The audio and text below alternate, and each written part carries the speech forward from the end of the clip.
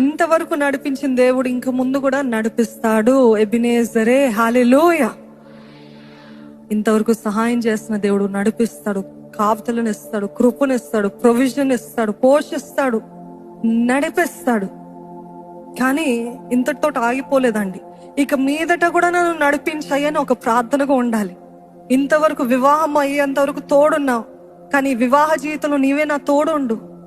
ఈ నూతన బిడ్డని నాకు ఇచ్చావు, thank you for this child. కానీ ఈ బిడ్డని ఎలాగో పెంచాలో పోషించాలో నీవే నడిపించాయని ఆత్మ ద్వారా. ఇప్పటి వరకు జరగని కార్యాలు జరిగించావు, ఇక ముందు కూడా నన్ను నడిపించు ప్రభువా.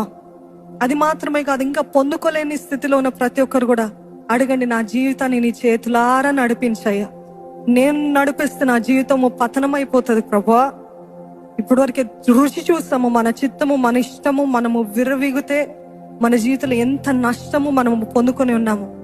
We have come finally to this point saying that no longer me Lord, it is you. Hallelujah.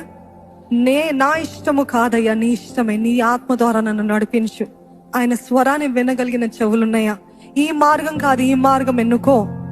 మీ వెనకాల ఒక శబ్దం వినపడుతుంది, కుడికి వెళ్ళాలా ఎడంకి వెళ్ళాలా, ఆ శబ్దమే, ఆ స్వరమే మిమ్మల్ని నడిపిస్తుంది.